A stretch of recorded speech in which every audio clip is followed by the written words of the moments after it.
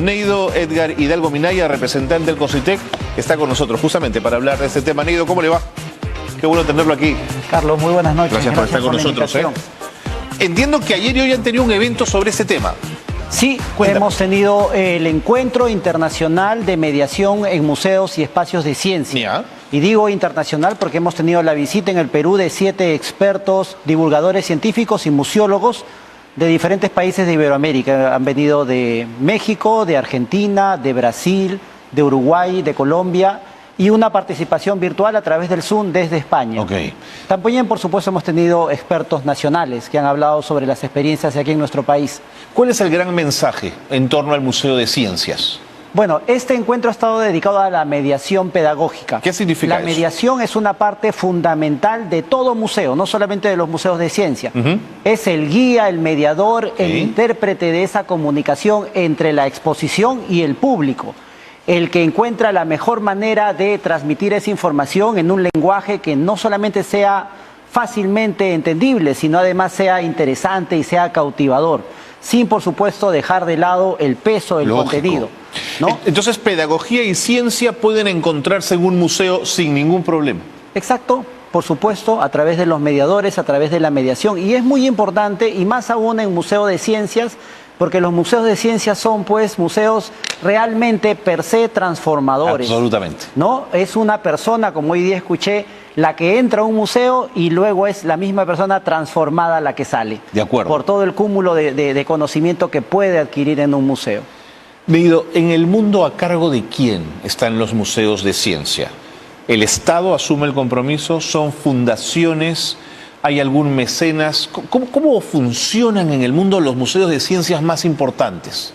Bueno, entiendo yo que muchos museos importantes están a cargo, pues, de gobiernos locales, gobiernos nacionales, pero si nos remitimos a la región, muchos museos han sido iniciativas desde los gobiernos. Mientras te escuchamos, Neido, estamos viendo imágenes de museos de ciencia justamente en varias ciudades del mundo.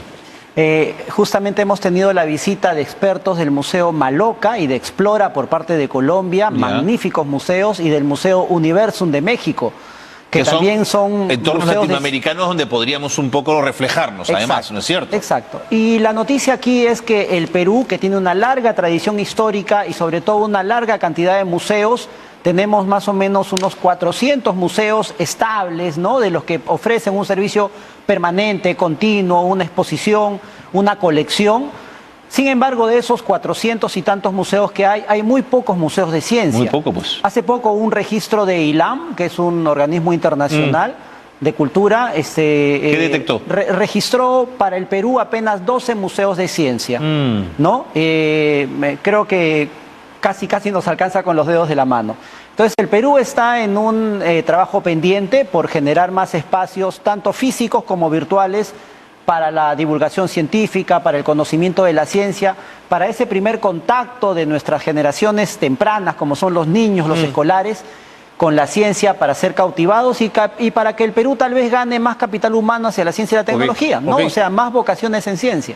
Neido, ¿tú crees que los museos de estas características, con una narrativa moderna, con una estructura amable, con una museografía muy bien pensada, son autosostenibles o dependen de la entrada que uno paga o tiene que ver con apoyos? ¿No podrían mantenerse solos? Yo creo que es una gestión compartida, ¿no?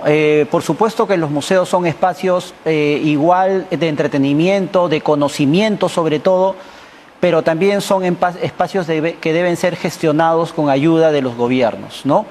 No se puede, es mucho dinero, son muy caros seguramente, ¿no? La museografía tiene que tener un equilibrio interesante por más tecnología que hay. Por ejemplo, las audioguías, si bien fueron un boom, no han permanecido en los museos. Uno prefiere entrar y escuchar a un guía, a una persona, a un semejante a uno, que le diga, que hable, con el cual entable una conversación. Y el mediador ideal es aquel que logra generar más preguntas y que nos cuestionemos más. Esa es una misión del mediador, esa es una conclusión que ha llegado a este encuentro tan importante que hemos tenido en la Biblioteca Nacional del Perú, los días martes 17 y hoy día miércoles 18, que ha concluido la importancia fundamental del mediador, de la mediación pero, pedagógica. Sin quitarte la razón, Neido, ni a todo lo que han discutido con los expertos, también es verdad que te puedes encontrar con el guía que te aplana la visita. Por supuesto. Y que hace que no enganches justamente con ella, ¿no? Por eso este tipo de eventos, ¿no?, que son también formativos. Este evento, si bien ha estado dirigido hacia espacios y museos de ciencia, vale para todos los museos de todo tipo. Porque en realidad, pues, museos de ciencia también son los museos de arqueología, también son los museos de historia, también son los museos de antropología, que son ciencias sociales. ¿Seguro? Son ciencias sociales. Seguro. Sino que tenemos en la cabeza, cuando hablamos de ciencia, tenemos a las ciencias básicas, ¿no? Pero nosotros, que tenemos pocos museos de ciencia, tal vez hemos aprendido de ciencia en los museos de arqueología, cuando hemos escuchado de las matemáticas de los quipus, o de la ingeniería de los canales prehispánicos, o de los materiales de construcción de los incas, o de las trepanaciones craneales de la salud tan adelantada en época de los paracas. Y ahí ha sido nuestro primer contacto con esa técnica, con esa tecnología antigua, y que de alguna manera ha sido saciada, mientras tanto, por estos museos de arqueología. Pero necesitamos museos interactivos de ciencia y tecnología. Totalmente. Justo por eso queríamos poner estas imágenes de unos museos tan bonitos en tantas partes del mundo. Neido, algunos museos donde la temática, como lo has mencionado, es más de corte político o social, en torno a ellos suele haber una disputa por la narrativa del museo. El lugar de la memoria es el mejor de los ejemplos, ¿no es cierto? Los tiras y aflojas para ver cuál es la historia que se cuenta dentro de ese museo, a quién favorece y a quién no. En fin, pero es una problemática de estos museos. ¿En los museos de ciencia hay la misma disputa? Los museos de ciencia se basan en información científica, y la información científica se basa en evidencia. Entonces, los adelantos científicos, los conocimientos científicos que se tratan de transmitir, enormes contenidos tal vez hasta enciclopédicos, que luego son reducidos obviamente a un texto museográfico, tienen definitivamente que estar basados en evidencia científica.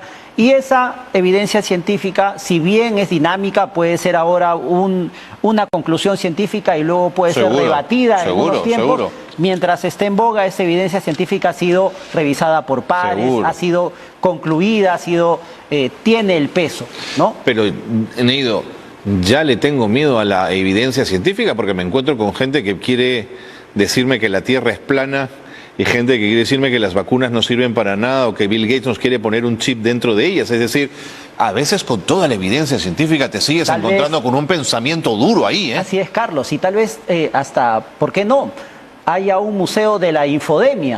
Toda esa infodemia que hemos recibido, ¿no?, enorme, y sobre todo en esta pandemia, la infodemia ha sido tremenda. Así es. Espectacular, porque la pandemia surgió en un contexto de gran avance tecnológico, o sea, de las redes sociales, de las plataformas virtuales. Eso tal vez ha sostenido que el ser humano, a pesar de haber estado enclaustrado en sus hogares, ha podido seguir comunicándose y haya podido seguir comunicando cosas, ¿no? Y este cúmulo de cosas ha sido en gran parte información no veraz o no precisa. Planteo lo mismo de otra manera. ¿Crees que un museo de ciencias puede servir para que una sociedad le quite el peso a lo mágico religioso? Es decir, que la evidencia científica se encargue de sembrar en la mente de los más chicos el peso de lo evidente, de lo comprobable por encima del yo creo, me parece, quizás. ¿Te parece que puede servir? Yo creo que sí, porque las exposiciones de los museos científicos no solamente se basan en mostrar, sino en demostrar.